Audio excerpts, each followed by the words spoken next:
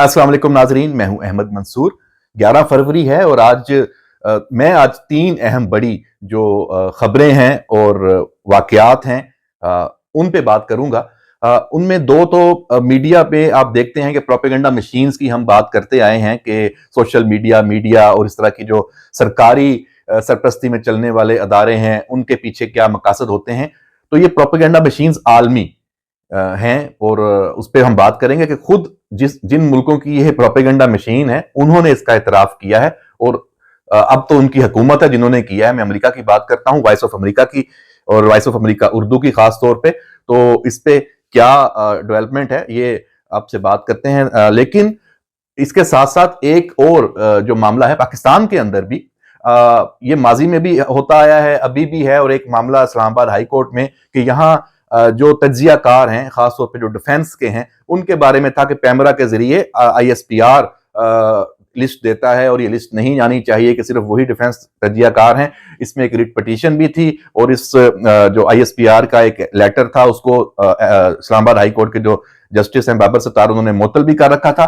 ISPR ने वो letter वापस लिया है। इस हवाले से एक दिलचस्प इसकी इंफॉर्मेशन है, अपडेट है, क्योंकि हम तो ये समझ रहे थे कि ये आज के दौर में हुआ है तो अभी जो इस वक्त मामला चल रहे हैं ये उससे मुताल्लिक है, लेकिन जो हकायक सामने आए हैं, जो लेटर वापस लिया है और उसमें कौन कौन से तज्जिया नगार शामिल थे, उस वक्त क्या हो रहा था और अब वो लोग क्या कर रहे हैं, क्या मामला था, ये आखिर में मैं इसकी डिटेल बताऊंगा। और सबसे पहले इंतहाई अहम मुलाकात चीफ जस्टिस पाकिस्तान जनाब जस्टिस याहिया अफरीदी के साथ IMF का जो वफद पाकिस्तान में आया हुआ है, उस हवाले से भी क्या सराहियां थी और लेकिन जो खबरें जो आई थी सामने वो हकीकत हैं कि उन्होंने अदालती मामलात में अदालती रिफॉर्म्स के हवाले से भी जायजा लेना था। तो ये मुलाकात हो गई है जुडिशल कमीशन के अरकान के साथ भी।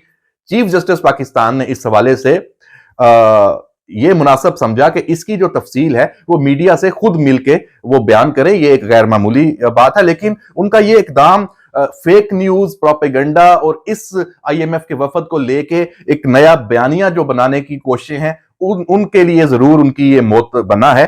चीफ जस्टिस ने क्या बातें की हैं, सबसे पहले तो मैं आपको ये बता दूं, प्रेस एसोसिएशन के साथ उनकी ये मुलाकात हुई है और चीफ जस्टिस ने इस हवाले से कहा कि जो IMF का वफद आया है उस हवाले से मैं आपसे बात करना चाहता हूं।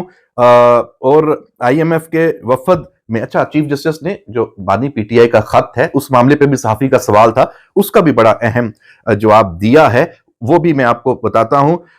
चीफ जस्टिस ने कहा कि मैंने IMF वफद को जवाब दिया कि हमने आइन के तहत अदलिया की आजादी का हल्फ उठा रखा है और वफद को बताया कि ये हमारा काम नहीं है कि आपको सारी तफसील बताएं, लेकिन जो जो चीजें हैं जो होना चाहिए और जो हम आपको भी सुनना चाहते हैं और अपनी जो इस वक्त हमारी एफर्ट्स हैं अदालती इस्लाहात के हवाले से उस पर भी बताते हैं। उन्होंने बताया कि जो हमारे यहाँ मातहत अदलिया की जो निगरानी है वो हाई कोर्ट्स करती हैं और मादों की पासदारी और प्रॉपर्टी हकूक के बारे में वफद जानना चाह रहा था।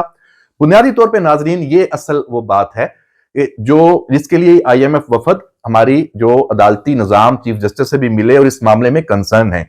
क्यों गैर मुल्की सरमायाकार या पाकिस्तान आते हैं तो फिर उनकी सरमायाकारी को जो तहफ्फुज है वो कैसे मिलना है, वो अदलिया से उनको बड़ी इस हवाले से तवक्कुआत हैं। और ये उन्होंने बात की कि जो हम चाहते हैं कि पाकिस्तान में गैर मुल्की सरमायाकारी का तहफ्फुज हो, ये वफद ने कहा और चीफ जस्टिस ने कहा कि हम इस हवाले से प्रोटेक्शन ऑफ प्रॉपर्टी राइट्स के हवाले से जो उनकी तजावीज हैं उस पर भी बात हुई है। तो ये जो मुलाकात बुनियादी तौर पे इन मामलात पे थी। और अब खत की बात भी हो जाए, जो खत और तैनातियों के हवाले से कोई तहफ्फुज़ात का इजहार नहीं हुआ, ये मैं आपको बता दूं। अभी इस पे शोर शराबा उठाना शुरू होंगे कि जनाब ये हो गया वो हो गया, ये उनका काम नहीं है। जो मैंने बात की है असल में यही मामला है और ये तो अब पूरी दुनिया में अब ये मामला चलते हैं और माजी में भी ऐसी मुलाकातें हुई हैं, ये कोई पहली मुलाकात नहीं है, लेकिन बहरहाल अहम मुलाकात है और यकीनी तौर पे इसकी जब रिपोर्ट उनकी आएगी तो उसमें मजीद चीजें कुछ वाज़ेह होंगी। चीफ जस्टिस ने कहा कि मुझे जो खत आया وہ بانی پی ٹی آئی ہم سے چاہتے ہیں وہ آرٹیکل 184 کی شق 3 سے متعلق ہے. میں نے کمیٹی سے کہا اس خط کا جائزہ لے کر فیصلہ کریں, اور بانی پی ٹی آئی کا خط ججز آئینی کمیٹی کو بھجوایا ہے, وہ طے کریں گے, اور یہ معاملہ آرٹیکل 184 کی شق 3 کے تحت آتا ہے, اسے آئینی بینچ نے ہی دیکھنا ہے. تو جناب اب یہ خط میں کیا ہے, انہوں نے کہا کہ عدلیہ میں جو اختلافات کو ختم کرنے کے لیے کیا اقدامات کریں گے, یہ صحافی کا ایک سوال تھا. تو انہوں نے کہا کہ خط لکھنے والے جو ججز ہیں, یہ دوسرے خط کی بات ہو رہی ہے, ان کی پرانی چیزیں چل رہی ہیں, انہیں ٹھیک ہونے میں ٹائم لگے گا, اور پرانی چیزیں آہستہ آہستہ ٹھیک ہوتی ہیں اور یہ ہو جائے گا. تو چیزیں جو ٹھیک ہو رہی ہیں, چیف جسٹس نے اس حوالے سے بڑے کلیئر تھے, اور انہوں نے کہا کہ جو جسٹس میاں گل حسن اورنگزیب کا نام چیف جسٹس اسلام آباد کے لیے زیر غور ہوگا, یہ بھی انہوں نے کہا, یہ ایک بریکنگ نیوز ہے, یعنی وہ ابھی بھی چیف جسٹس اسلام آباد ہائی کورٹ کی جو دوڑ ہے اس میں جسٹس میاں گل حسن اورنگزیب شامل ہیں, جبکہ وہ ایک عارضی جج سپریم کورٹ کے بنائے گئے ہیں. یہ بھی چیف جسٹس نے کہا کہ ججز پینک کر جاتے ہیں, شاید ان کو اعتبار نہیں رہا, اس میں قصور میرا ہے, میں نے ججز سے کہا سسٹم کو چلنے دیں, سسٹم کو نہ روکیں, مجھے ججز لانے دیں. اور چیف جسٹس نے یہ بھی کہا کہ وہ جسٹس میاں گل حسن اورنگزیب کو سپریم کورٹ لانے کے حامی ہیں. اس کے علاوہ مجھے انہوں نے یہ اس کی وجہ بھی بتائی ہے, کل بھی یہ چیزیں آئی تھی کہ مجھے کارپوریٹ مقدمات کے لیے جج چاہیے تھے, اور جو بھائی میرے پہلے اس مہارت والے موجود تھے وہ آج کل کر نہیں رہے, تو میں کیا کروں, یہ تھوڑا اشارہ بھی دیا. تو باقی انہوں نے کہا کہ عارضی جج کی کیٹیگری میں ہم ان کو لائے ہیں کیونکہ ووٹنگ والے معاملے میں ان کا نام نہیں آیا تھا.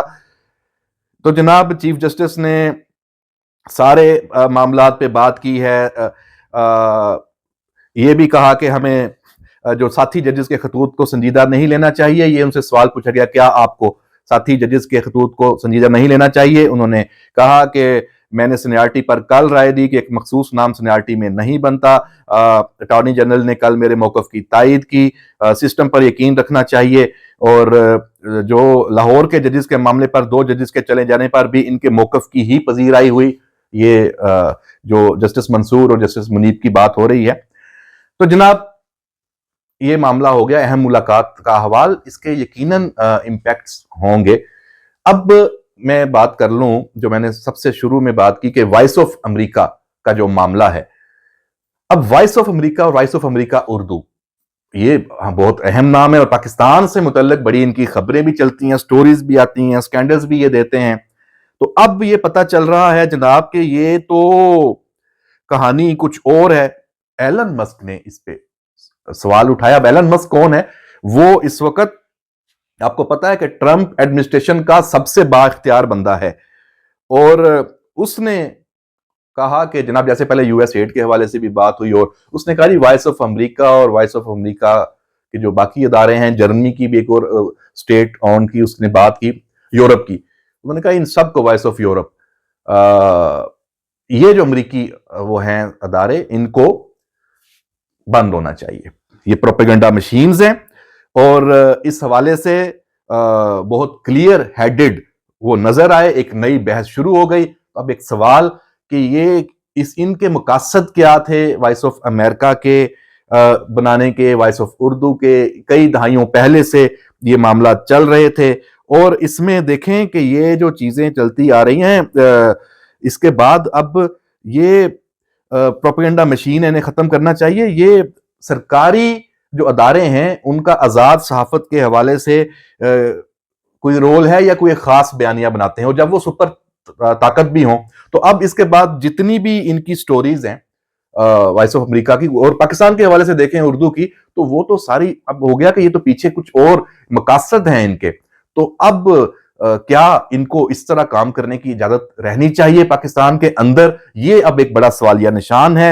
اور یہاں تو اس سے آپ کو پتا ہے کہ یہ ایسے جو ادارے ہیں پھر غیر جانبدار نہیں ہو سکتے, لیکن یہ شو یہی کرتے ہیں کہ یہ غیر جانبدار ہیں, اور ان کے پاس عالمی طاقت کی طاقت ہوتی ہے.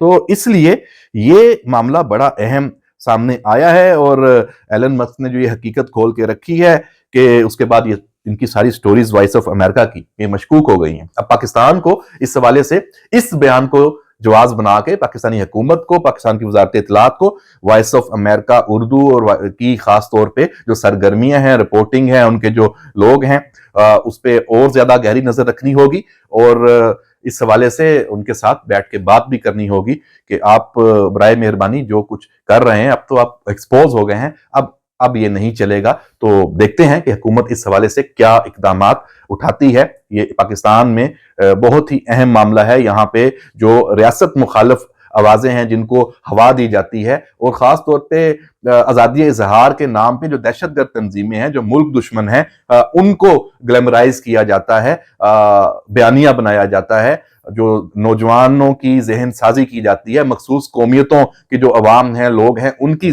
जहन साजी की जाती है। तो ये इस पे बहुत ही अहम अब तवज्जो देने की जरूरत है, जब अमेरिका से खुद इतनी बड़ी आवाज आई है और इतना बड़ा उन्होंने इसको इतराफ कर लिया है कि ये प्रोपेगेंडा मशीन थी और अब ये असर इनका खो गया है। बेसिकली तो एलन मस्क ने तो उनको ये कहने की कोशिश की है ना कि भाई अब इन पे इतना पैसा लगाने की क्या जरूरत है, ये काम तो मैं एक्स के जरिए, ट्विटर के जरिए, सोशल मीडिया के जरिए ज्यादा अच्छे तरीके से कर रहा हूं, वो भी तो प्रोपेगेंडा मशीन है, उसका भी हिसाब होना चाहिए। लेकिन बहरहाल उनकी आपस की जो लड़ाई है उसमें ये हकीकत खुल के आ गई कि ये जो इस तरह के अदारे हैं, वॉइस ऑफ अमेरिका जैसे, और अब उन्होंने वॉइस ऑफ यूरोप का भी नाम लिया, बीबीसी भी आ जाता है, और भी आलमी अदारे हैं, वो सब पे सवाल उठ गया है। तो आखिर में जनाब जो दिलचस्प सूरत हाल, एक लेटर वापस हुआ, आईएसपीआर ने किया, उस लेटर पे तारीख क्या लिखी है कि जो जी पैमरा को हदायत दी हुई है कि यही डिफेंस जर्नलिस्ट है। वैसे तो खैर मैं इस पे एग्री हूं कि जब आप फौज और डिफेंस से मुतल्लिक कोई मौकफ लेना चाहते हैं तो फिर उसमें वही मौकफ उन्हीं का ही होना चाहिए जो उन उदारों के साथ मुंसलिक हैं और आज के दौर में भी मुंसलिक हैं, जो कट ऑफ नहीं हुए, तो उनके पास इंफॉर्मेशन होगी, वही मौकफ दे सकते हैं ना, रस्मी या गैर रस्मी जो भी। तो बहरहाल इस तरह कोई लेटर आना और उसका वो एक अलहदा बहस है, ये लेटर ऐसा नहीं आना चाहिए, अमल इस पे फिर भी होगा। जैसे जस्टिस बाबर सत्तार ने भी कहा, जो इसके पिटिशनर थे कर्नल रिटायर्ड अनाम रहीम, के आपको तो ये फिर भी नहीं चैनल्स पे बुलाया जाएगा, बेशक ये नोटिफिकेशन वापस भी हो गया है तो होगा यही। लेकिन ये नोटिफिकेशन हुआ कब था जनाब? ये नोटिफिकेशन जनाब हुआ था आपका, अल्लाह भला करे, अप्रैल 2019, 6 और 4 अप्रैल। हुकूमत किसकी थी? वजीर आजम इमरान खान की।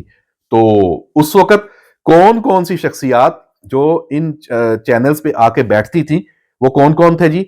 वो आर्मी और एयरफोर्स के रिटायर्ड अफसरान, आप सब जानते हैं उस दौर में। आज अब वो आपको बड़े तिलमिलाए हुए नजर आते हैं, और जनरल रिटायर्ड अमजद शुएब साहब, lieutenant general retired Asif Yasin Malik साहब, वो कमांडर भी रहे हैं, नईम खालिद लोधी साहब, सारे बहुत अहम फौज में अफसरान रहे हैं, और फिर तजियाकार भी कमाल के रहे हैं, एक ही कमाल था उनका।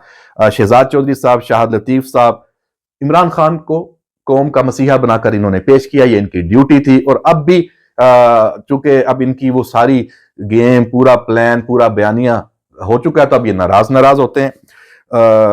ऐसे लेटर्स का जो एक साफी हैं, हमारे दोस्त हैं साकिब बशीर, उन्होंने कहा जी मेरे ट्वीट को रिट्वीट करके कि ऐसे लेटर्स का आईएसपीआर के पास दफा नहीं था, इसलिए वापस लिया। तो बिल्कुल जनाब, 2018 से क्या कहते होते हैं, जो 22 तक, 21 तक किसी भी इकदाम का दिफा नहीं किया जा सकता, ये सारे वापस होने चाहिए। इसीलिए तो आज पीटीआई का और उनके जो सारे ट्रोल्स हैं, जो ब्रिगेड उनकी बनी हुई थी मीडिया की, और खुद इवन आईएसपीआर बहुत अब वापस हो चुका है, तो और क्या चाहिए? बिल्कुल नहीं होना चाहिए। इन इकदामात की कोई जस्टिफिकेशन नहीं थी जो दौरे इमरानी में हुए थे, वो सारे वापस होने चाहिए। ये लेटर भी वापस हुआ है और हो रहे हैं, अनडू हो रहा है, जो गलत चीजें थी उन सबको अब तो कर दिया गया है। अब तो मैं कहता हूं अल्हम्दुलिल्लाह, अब तो हो गया।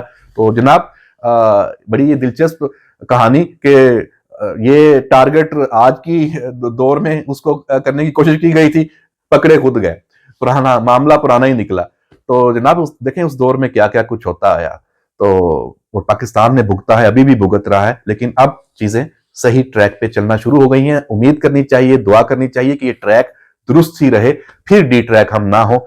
इजाजत दीजिए, अल्लाह हाफिज।